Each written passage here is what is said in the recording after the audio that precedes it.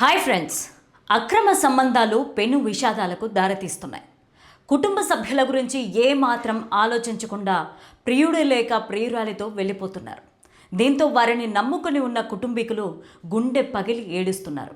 ఇక ఇలాంటి అక్రమ సంబంధాల వల్లే ఒక్కోసారి తమ ప్రాణాల్ని కూడా కోల్పోయే పరిస్థితి నెలకొంది.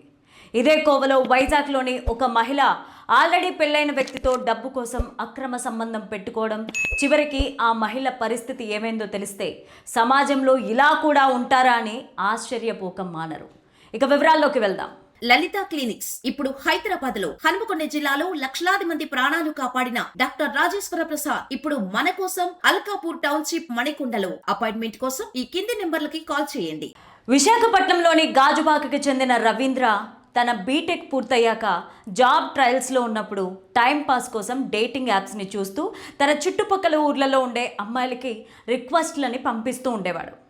ఇక ఈ క్రమంలోనే పంజాబ్ నేషనల్ బ్యాంక్లో క్లీనింగ్ డిపార్ట్మెంట్లో పనిచేస్తున్న మౌనిక అనే ఆమెతో పరిచయం ఏర్పడగా అదే టైంలో కరోనా రావడం, లాక్డౌన్ పడడంతో వీరిద్దరూ అప్పటి నుంచి ఫోన్ కాల్స్, మెసేజ్లు చేసుకుంటూ మరింత క్లోజ్ అయ్యారు.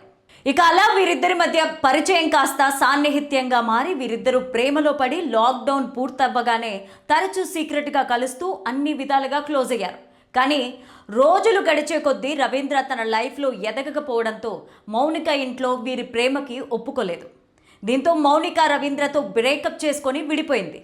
అయితే రవీంద్రకి వైజాగ్లోని నావీలో అదే టైంలో టెక్నీషియన్స్గా జాబ్ రావడంతో గాజుబాకలో ఒక ఇల్లు రెంట్కి తీసుకొని సెటిల్ అయ్యాడు. ఇక అలా ఎప్పుడైతే కొడుకు ప్రొఫెషనల్గా సెటిల్ అయ్యాడో రవీంద్ర తల్లిదండ్రులు రాజం ప్రాంతానికి చెందిన అమ్మాయితో 2024లో పెళ్లి చేయగా రవీంద్ర హ్యాపీగా తన లైఫ్ని లీడ్ చేయడం మొదలుపెట్టాడు. కానీ రవీంద్ర తరచూ తన సోషల్ మీడియాలో యాక్టివ్గా ఉంటూ తనకి పెళ్ళైన ఫోటోలని మరియు తన భార్య ప్రెగ్నెంట్ అయిన వీడియోస్ని పోస్ట్ చేసి షేర్ చేయడంతో వాటిని చూసిన మౌనికకి తాను జీవితంలో ఏం మిస్ అయిందో చూసి రిగ్రెట్ అయి ఒకరోజు రవీంద్రకి మెసేజ్ చేయగా రవీంద్ర కూడా తనకి రిప్లై ఇవ్వడంతో ఇద్దరు తరచూ మాట్లాడుకుంటూ ఉండేవారు.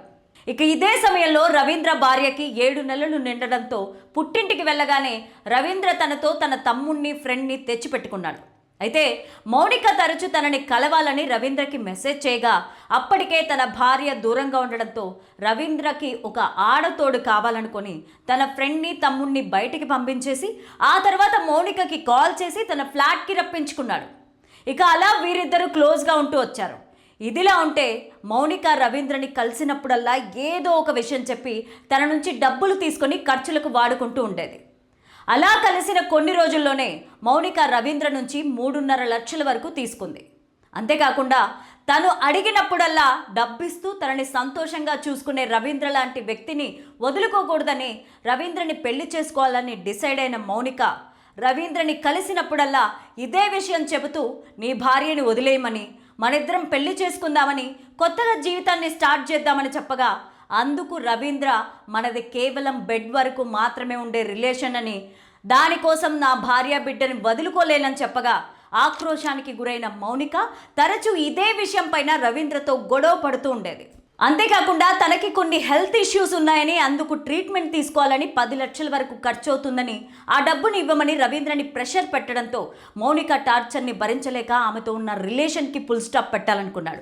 ఇక ఇదే విషయాన్ని తన ఫ్రెండ్ సందీప్కి చెప్పగా తాను కూడా ఇప్పటికే లేట్ అయింది, నీకు పాప కూడా పుట్టింది కాబట్టి ఈ విషయం నీ భార్యకి, అత్తవారికి తెలిస్తే చాలా పెద్ద ఇష్యూ అవుతుందని చెప్పగా అందుకు రవీంద్ర మౌనికతో ఈ విషయం గురించి మాట్లాడాలనుకున్నాడు.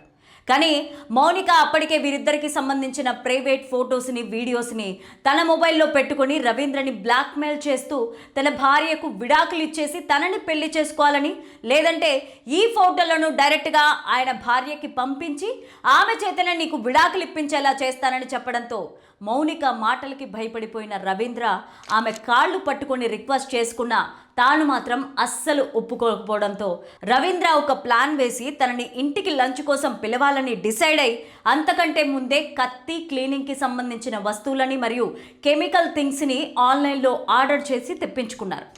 అలా రవీంద్ర శనివారం మౌనికకి కాల్ చేసి నువ్వు చెప్పిన విషయం గురించి ఆలోచిద్దామని, సండే లంచ్కి ఇంటికి వచ్చేయమని చెప్పగా మౌనిక తాను అనుకున్నది త్వరలోనే జరగబోతుందని చెప్పగానే తన ఆనందానికి అవధులు లేకుండా పోయాయి.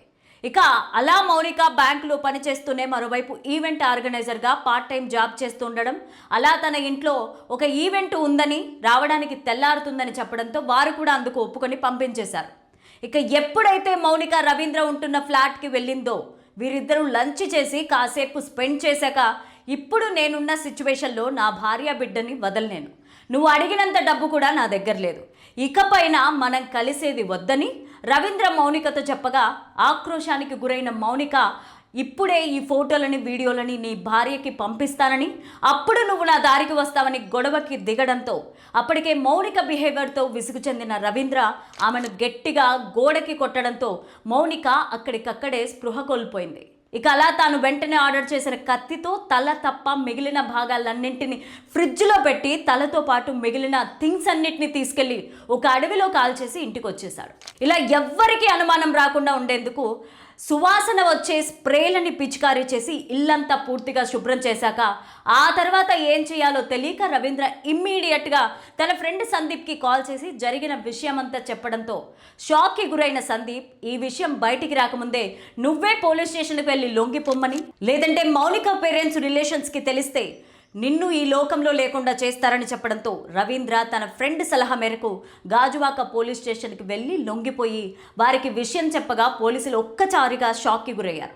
అలా ఇంటికి వెళ్ళి చూడగా ఫ్రిడ్జ్లో ఉన్న కవర్ని స్వాధీనం చేసుకొని పోస్ట్ మార్టానికి పంపి అడవిలోకి వెళ్ళి కాల్చేసిన పుర్రా చెప్పుని కలెక్ట్ చేసుకొని వాటి ఆధారంగా పోలీసులు ఎఫ్ఐఆర్ని ఫైల్ చేసి రవీంద్రని అరెస్ట్ చేసి జ్యుడిషియరీ రిమాండ్కి తరలించారు.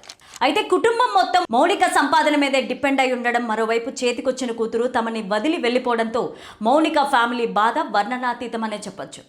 ఇక ఈ విషయం పైన మౌనిక తండ్రి గోపాలరావు మాట్లాడుతూ తన కూతురిని ప్రేమ పేరుతో రవీంద్ర మోసం చేసి వేధించాడని, మోజు తీరాగా హతమార్చాడని, డబ్బు కోసం నా కూతురు ఎవరిని వేధించే అవసరం లేదని, ఆమె జాబ్ చేసుకుంటుందని రవీంద్ర అంతా అబద్ధం చెప్తున్నాడని, పోలీసులు ఈ కేసుని మరింత లోతుగా దర్యాప్తు చేసి రవీంద్రకి కఠిన శిక్ష విధించేలాగా చేయాలని కన్నీరు పెట్టుకోవడంతో ఈ న్యూస్ అన్ని చోట్ల వైరల్ అవుతోంది.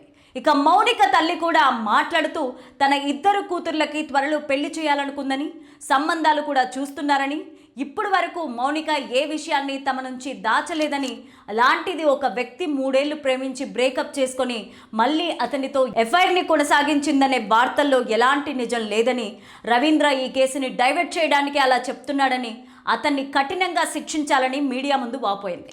అయితే ఇంత జరుగుతున్నా కూడా రవీంద్ర పేరెంట్స్ కానీ అతని భార్య కానీ బయటకు వచ్చి ఏ విషయం మాట్లాడకపోవడంతో త్వరలోనే రవీంద్ర భార్య అతని నుంచి విడాకులు తీసుకొని తన కూతురు బాధ్యతల్ని తానే తీసుకోబోతున్నట్లుగా రవీంద్ర ఫ్రెండ్స్ మీడియాతో చెప్పుకొచ్చారు.